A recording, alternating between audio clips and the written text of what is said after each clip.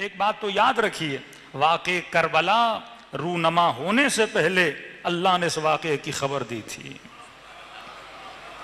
खुदा आपको सामिरा की ज़ियारत नसीब कराए।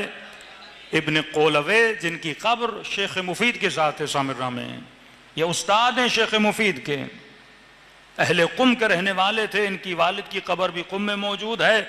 इनकी किताब है कामिल ज़ियारत, वो किताब ज़रूर पढ़िए। 1000 साल पहले इन्होंने ये किताब लिखी है। उसमें सिर्फ रसूल खुदा के वाक़यात नहीं, जनाब आदम से लेकर जनाब ख़ातम तक जिक्र करते हैं कि वाक़े करबला को रूनमा होने से पहले परवरदिगार आलम ने इस वाक़े की खबर दी है।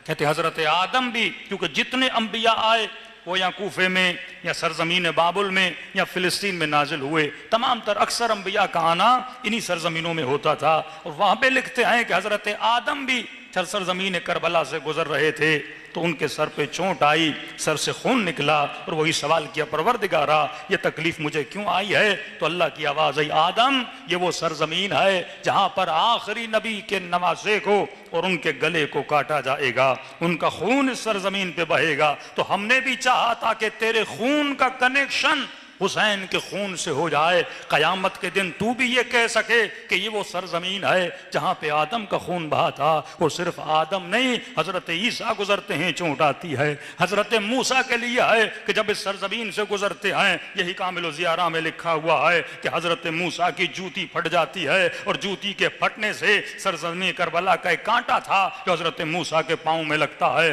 और खून बहना शुरू हो जाता है। फिर सवाल करते हैं, परवरदिगारा मेरे पाँव से खून क्यों बहा? अल्लाह की आवाज आई, मूसा ये वही सरजमीन है जहां पे नबी की नवासियों को चलाया जाएगा, ये वही सरजमीन है जहां पे हुसैन इब्न अली नबी के नवासे का खून बहाया जाएगा, जिनके बदन मुबारक पे घोड़े दौड़ाए जाएंगे। हर नबी को खबर दी जा रही है वाक़े करबला को। शायद कोई मुसलमान कहे ये कैसे मुमकिन है वाक़े के होने के पहले से खबर दी जाए? तो है मुसलमान होश के नाखुन ले, हजरत महदी का ज़हूर तो हुआ नहीं, अब ज़हूर और पैदा होने की बहस अलग है, लेकिन खबर हजरत महदी रसूल खुदा ने अपनी हदीसों में कितनी बार दे दी कि वो आएंगे, वो नमाज पढ़ाएंगे, वो जुल्म और निफाक को ख़त्म करेंगे, अदल की हुकूमत को कायम करेंगे, काबे की दीवार को टेक लगा कर बोलेंगे कि अना बक़ियतुल्लाह, मैं बक़ियतुल्लाह हूँ, और कूफे में अपनी हुकूमत को कायम करेंगे। कितनी अखबार हैं इमाम ज़माना के हवाले से, क्योंकि वाक़अन महदवियत भी एक सिविलाइजेशन का नाम है,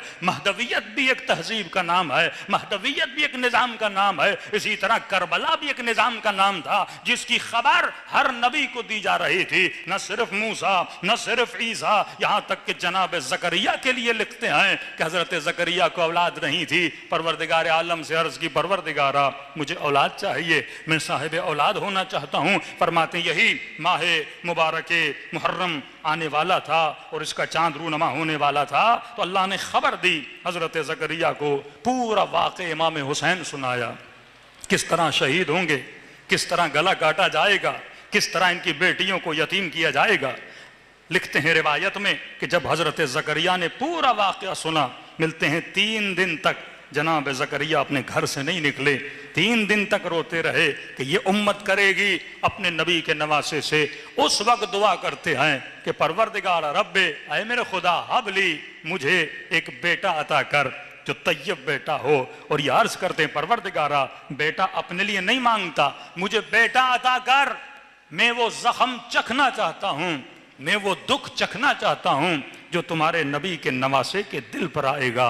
7 शबाहतें हैं हज़रत यहया में और इमाम हुसैन में, बिल्कुल इमाम हुसैन की तरह इनका गला भी काटा जाता है, वक्त का हाकिम इनका गला काटता है, बिल्कुल इमाम हुसैन की तरह हज़रत यहया का सर तश्त में रखा जाता है, जिस तरह इमाम हुसैन का सर यजीद लईन और इब्न ज़ियाद ने तश्त में रखा।